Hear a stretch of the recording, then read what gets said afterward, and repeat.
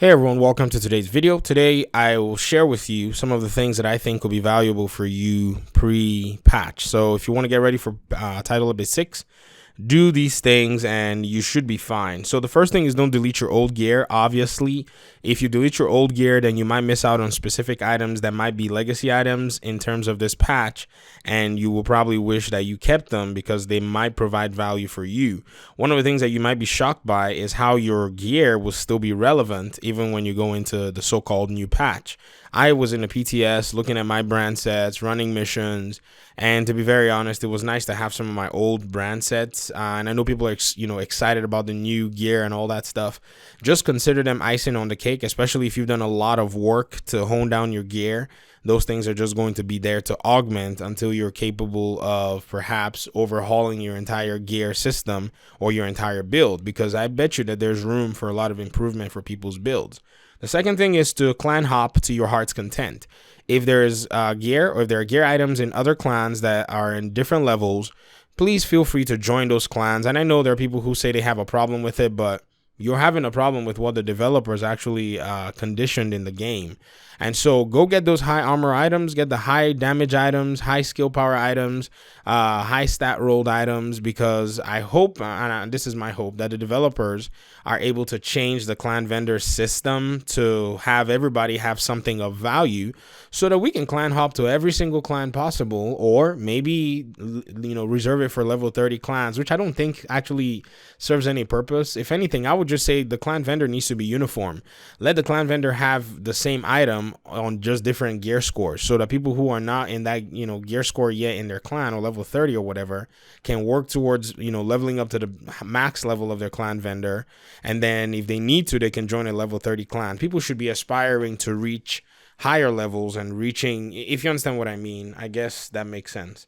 The third thing is your armor will be necessary. So high armor rolls will come in handy in the sense of PvP. This is, sorry, did I say PvP? Yeah. PvE. High armor actually will come in handy. Now, the reason I say that is because I noticed that the NPCs were hitting a little harder than they do in regular game. And it's not like they were hitting as hard as the game when it first released. For those of you who remember, on the very first week of release, the NPCs were shredding everybody. It was more like a you have to stay in cover type deal.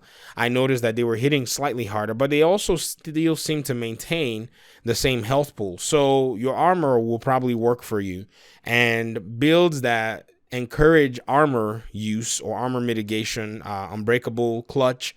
As much as clutch may not seem to grant you too much armor value, if you stack up enough armor with your clutch build, it should be able to grant you decent regeneration as you go on. So you'll be able to take a little bit more damage before you are confined to cover, or recover more armor depending on what build you're using.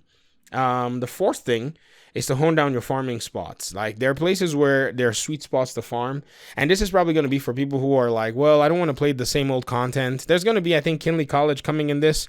I don't know if there's any other stuff that's coming with it. They've decided not to put any missions on the PTS because of some concerns for players, which I don't care either way. I'm all about integrity of the game anyways. If new content is there, then I'm happy to see it at the same time with everybody. But if you have specific farming routes that hone them down. And if you don't know any farming routes in specific areas of the map, it might be valuable for you to actually go and get those farming routes down. Kind of go around. Maybe if you remember there are a few chests in specific places, they'll come in really handy, because the way the targeted loot system works, it really does reward you for farming the specific area that the targeted loot is a part of. So doing events, doing hostage rescue, territory control missions, doing the broadcast propaganda missions and all that stuff does help.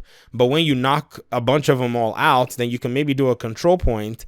And then if you're still farming for a specific item in that area, it'll be nice to know where to find chests and all kinds of other things, because the missions themselves will have something different as its targeted loot item versus the open world that's surrounding it, versus the area. So get those down. I have a video actually for the southwestern portion. It's one of the most, I would say, lucrative spots in the game to farm. And so I'm going to release that video very soon, closer to the patch.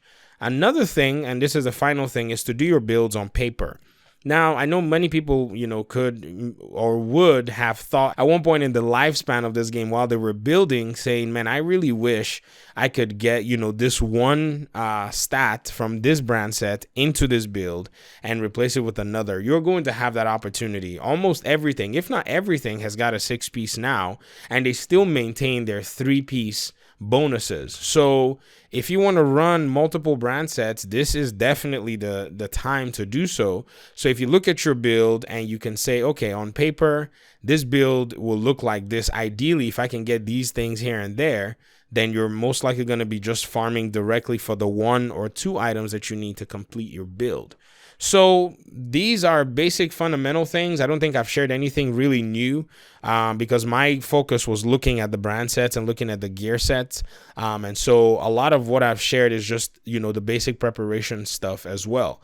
Another thing too, I would say, is your blueprints. As much as you can get blueprints, if you're still getting blueprints from the daily requisition missions, then get them as much as you can. But when the patch comes around, you'll be getting them from those daily requisition missions. I tried on the PTS and I was able to get myself a new mod, and so that was actually pretty cool.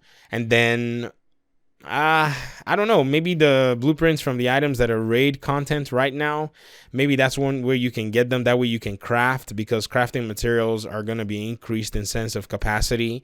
So those who have blueprints are going to have an edge in terms of farming those raid, formerly raid exclusive when the patch comes out, but those raid type brand sets, and just, crafting and getting items that they probably need.